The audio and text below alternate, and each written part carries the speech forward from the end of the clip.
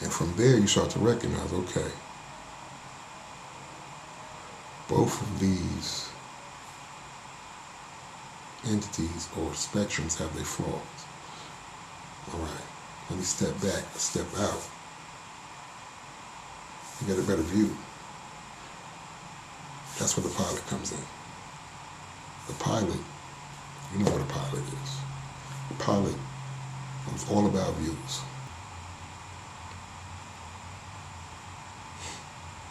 Okay. The prince, the prophet, and the pilot. What I want you to first think about is, not even think about it. I want you to set your mind to think in a relationship. And from there, we're going to discuss dichotomy and duality. Dichotomy are when two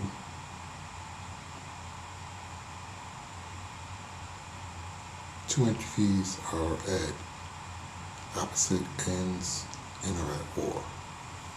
Duality are when two entities, they don't oppose each other, but they do lie on, you know what I'm saying, cohabitate the same spectrum. So, you know what I'm saying, they're not at odds, but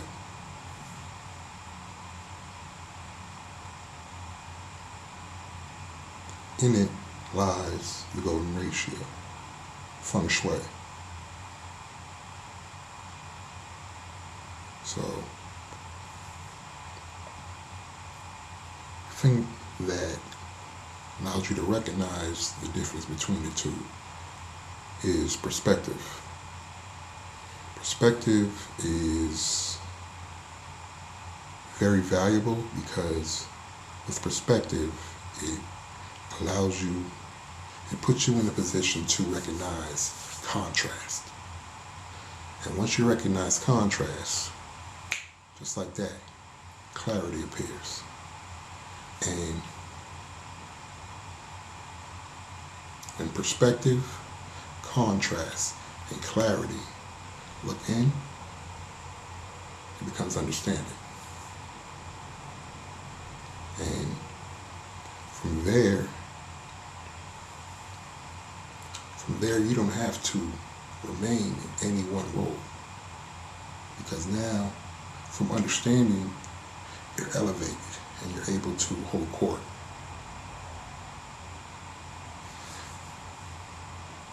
In regards to the prince, the prophet, and the pilot,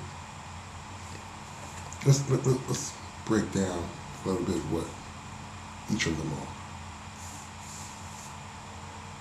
First you have the prince and the prophet. The prince grew up a prince.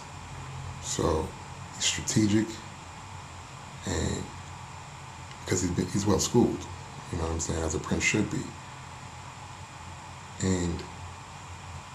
But he's also lived not knowing the limitations that others may know. So from that perch,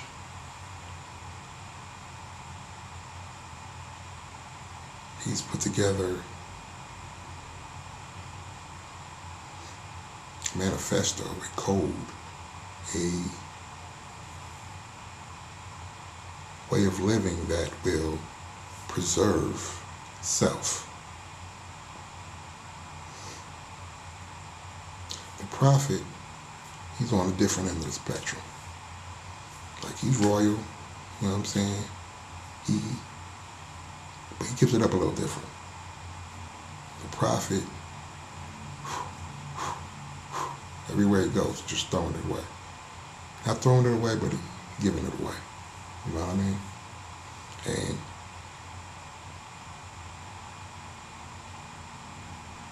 it looks like fun, but you got to remember that these are two entities at different ends of the spectrum. So you're probably better suited somewhere in the middle. And we'll get to that in a second, because the prince can be cold, and instead of being calculating, you can turn to be conniving. And you don't want that in a prince. When the higher ups become conniving, that is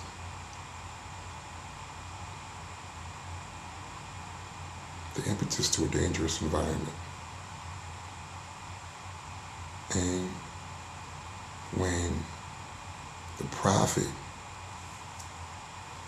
gives away too much,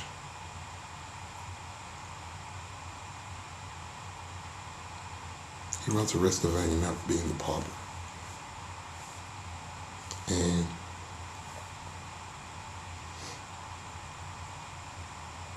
there's a misconception about the ideas, or the idea of the poor righteous teacher. You know what I'm saying? Everyone knows what the righteous means. You know what I mean? And the teacher, those will work easy. But the poor, they think, nah, it's not poor as in lacking funds, lacking. It's poor as in meek. Because one thing that when we hear in the stories about God is he comes and meets our weakness, not our strength.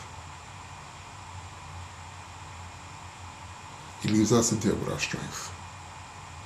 You know what I'm saying? That's where you got to find strength like yours and steel sharpens steel. Because that's your job here on earth. And God is going to cover everything else. God is going to be the glue.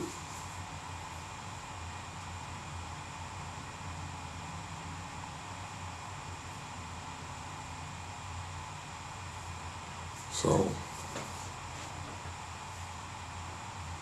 back to the relationship between the prince and the prophet. In the book by Machiavelli, there's one quote that always stuck out to me, and it changed my perspective. It said, "Any man that chooses to be good all the time will surely be torn asunder by a man who chooses not to." And if you glance over it quick, you would think it said a man who is evil will always win against a man who is good, but nah. It said the man who chooses not to be good all the time. It's the man who chooses not to be good all the time versus the man who chooses to be good all the time. And from there you start to recognize, okay, both of these entities or spectrums have their flaws. All right, let me step back, step out. You get a better view. That's where the pilot comes in. The pilot, you know what a pilot is. The pilot knows all about views. They be up high, you know what I'm saying? Seeing the old terrain through that little windshield. So when they bring it down, that perspective, you can see a little bit more details than others. And once the pilot is added into the equation, you get a little bit more direction, because the pilot, he wants to go places and knows how to get there. But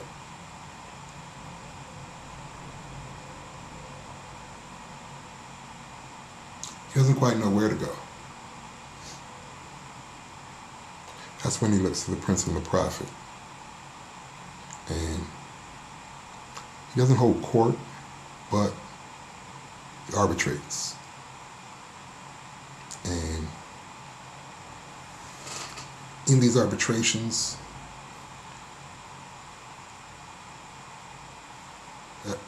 the prince got to look in, the prophet got to look in, the pilot got to look in. They find understanding. And once understanding becomes a three, understanding amongst the three becomes the modus operandi, that's when you're able to elevate and become the witness. That's when you hold court. That's when you're closer to God. That's when you're truly tapped into the source. That's when you're the unblemished self. And from that seat, you can play all three roles. Wherever you need to be, when you need to be. Or you can have them collaborate on one mission. You can send them out on their own missions, and they come back because they answer to a higher power. And it's about relationships again. I know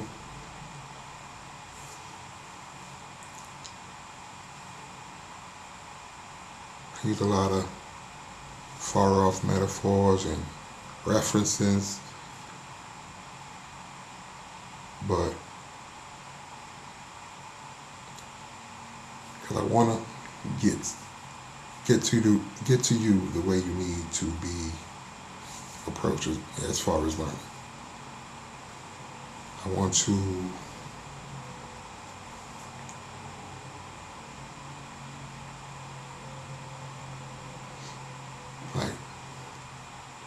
my teaching style is rooted in my experiences. I remember the first time I remember teaching somebody something. It was a friend of mine.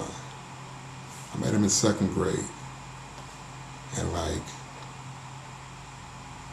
now, I'm saying, over time and I matured and gained emotional intelligence, I recognize that, I don't think his home environment was as stable as you would want it. You know what I'm saying? The first day he came to 2nd grade, problems. He was in my class, that's where me and him started rolling. His 3rd grade, he was in a different class for the first month and a half. Then he ended up in my class, because I had an incident with the teacher. Another incident with the teacher. And that was the homie. And I don't know if I volunteered or I'm sitting next to him. He ended up sitting behind me. You know what I'm saying? So he was back rolling. And I say all that to say, there was things, when the teacher was teaching, the first incident with the teacher in 2nd grade was because the teacher wasn't connecting with him. To the point he just put his head down. And when she approached him about it, he didn't have the coping mechanisms to be put on the spot like that. And he reacted. And he's only in the 2nd grade, so it's understandable. But back to the 3rd grade. Teacher's not connecting him. Anytime I would see that, or anytime it was happening, he would, talk to me. Because my schoolwork, I would get done with it quick, so I could draw Ninja Turtles. You know what I mean? And boom. He asked me about, man, what the fuck is this? And I'd be like, it's like this. And I talk about it in some cartoons. And like I said, the teacher wasn't connecting with him. It wasn't that he wasn't smart. Because when I told it to him in cartoons, he would expound on it in other cartoons and then bring other pieces of life into it. do what's smart. But like that, those experiences shaped my style, my teaching style. And I try to break things down. Okay. Back to what I was saying. I like to break things down. Like Method Man say, to the bone bristle. Bone gristle. And from there, to really get into the nitty gritty. It's like,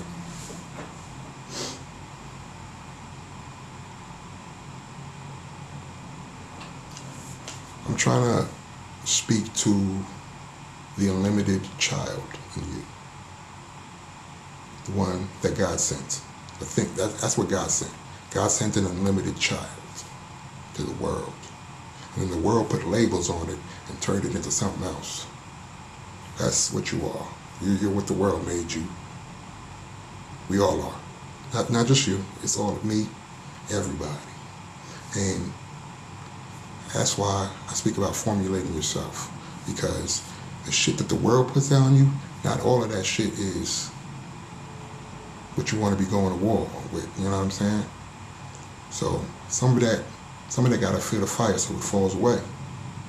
Because the thing about it, when you're in the fire, what's in the fire, what is pure remains. Everything else burns away. You can't stand the fire. Only the pure remain. You know what I'm saying? Only what righteous will stay in the fire. And it's about relationships again. When you were a child, think about how you learn things. Think about how you first experienced things. You know what I'm saying? You came in the world, you had shitty eyesight. You couldn't trust your eyes. So you trust your nose, trust your ears. Eventually, you know what I'm saying, your eyes came into blurs, colors. They became shapes. And you took in those sensory, that sensory input, and you interpreted it naturally. Nobody had to tell you. You was goo-goo gaga and you was letting niggas know how you felt about everything. And that's because you was tapped into the source. And just all natural, pure, unadulterated soul. Requiring no instruction, no guidance. Got your marching orders from up above. Already know what to do. That's why you gotta get the shit the world put out on you up off you.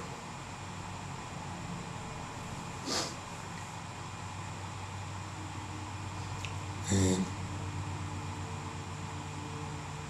again, as a child,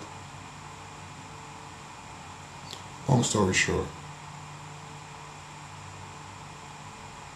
you learn in shapes, sounds, and colors. That's how you experience things. That's your shield. And you assess them with a barometer. You know what I'm saying? Top says good, bottom says bad. It's about elements and values. Elements of your shield, values of your sword. Sometimes we wield the values wrong, you know what I'm saying? And you know what I'm saying, we hold the sword too low. And we just, you know what I'm saying, that evil gets in our hand and it's like, even well-intentioned, even when you mean to do good, you know what I mean? And again, it's about having balance, being in the proper ratio of, you know what I'm saying, wielding what you have in your hand. You know what I'm saying, the feng shui of it. And then pretty soon, good and evil is duality. And when you wield duality,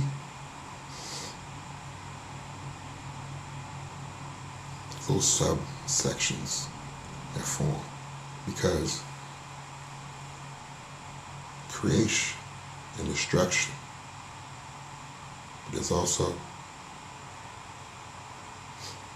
if you bring values into it, you can create good or you can create bad. You can destroy good or you can destroy bad. It's about the wielder and perspective.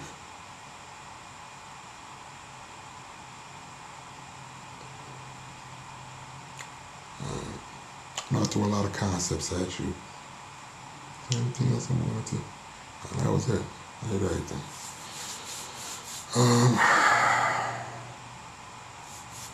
Okay. I'm going to try to get these uploaded as fast as possible. And next episode we got coming up, it's going to be a 3-part series where I go into how to get your music video treatments greenlit. The first part is going to show you how to write them. No, the first part is going to explain to you what a video treatment is. The second part, we're going to go into how to write them. And on the third part, there's a strategy to getting them greenlit. You know what I'm saying? There's something, there's parts, there's steps, there's a process. And we're going to get into that in the third part. All right. Once again, I'm Louis Dangerfield. Know the code. BGU University. Thank you for joining me. Be blessed. Be righteous. Be glue.